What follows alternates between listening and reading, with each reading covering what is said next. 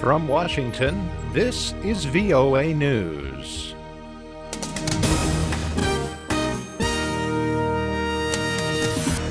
The U.S. government shutdown continues with no end in sight, and the U.S. suspends millions in aid to Egypt.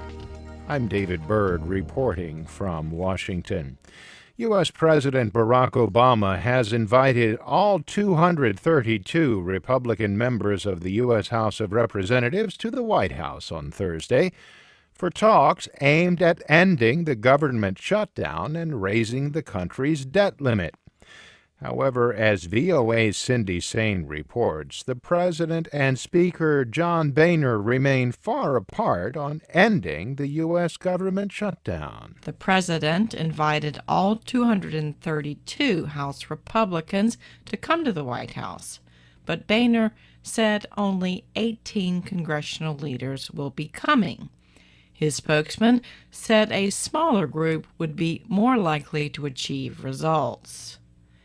In a written statement, the White House said the President is disappointed that Speaker Boehner is preventing his members from coming to the White House.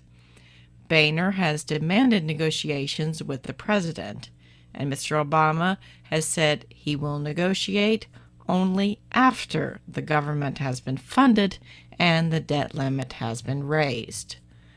On Wednesday, the President met with House Democrats to discuss the way forward. Cindy Saine, VOA News, on Capitol Hill. For more on this story, please log on to our website, www.voanews.com. President Obama has nominated Janet Yellen to head the U.S. Federal Reserve. As VOA's Jim Randall reports, many economists say that Yellen is likely to continue the central bank's efforts to boost economic growth and lower unemployment by cutting short- and long-term interest rates. Mr. Obama came into office during the worst recession in decades, and opinion polls show the economy remains a top issue for voters.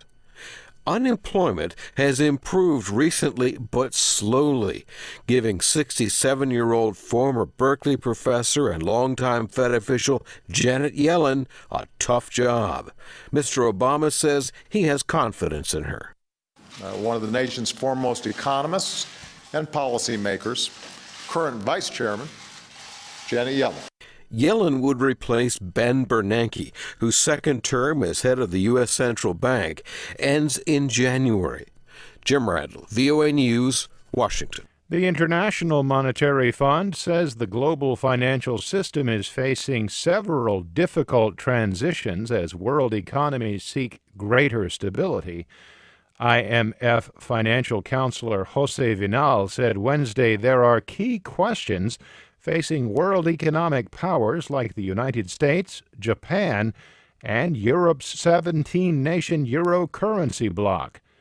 Vinal said policy changes in the Eurozone countries have eased a 3-year-old governmental debt crisis, but corporate debt remains a problem, with banks facing big losses on bad loans. The United States is suspending the delivery of major weapons to Egypt over delays in progress toward an inclusive government. As VOA State Department correspondent Scott Stearns reports, the decision follows the ouster of the country's first democratically elected leader. Following a review of events since the military toppled President Mohamed Morsi in July, President Barack Obama has also decided to suspend $260 million in assistance to the interim government that followed that coup. A senior U.S. official says suspending these programs may not lead directly to greater democracy or a more inclusive government in Egypt, but it makes clear that the United States will not support actions that run contrary to our interests and our principles. In its written statement, the Obama administration says it wants to see Egypt succeed and believe its partnership will be strongest when Egypt is represented by an inclusive, democratically elected civilian government based on the rule of law, fundamental freedoms, and an open and competitive economy. Scott Stearns, VOA News at the State Department. 3 scientists who developed computer programs for simulating complex chemical experiments key to the design of new drugs have been awarded the 2013 Nobel Prize for Chemistry. Austrian-born Martin Karplus, a professor at the University of Strasbourg and at Harvard, Stanford University's Michael Levitt, and the University of Southern California researcher Ari Varshel were named Wednesday in Stockholm.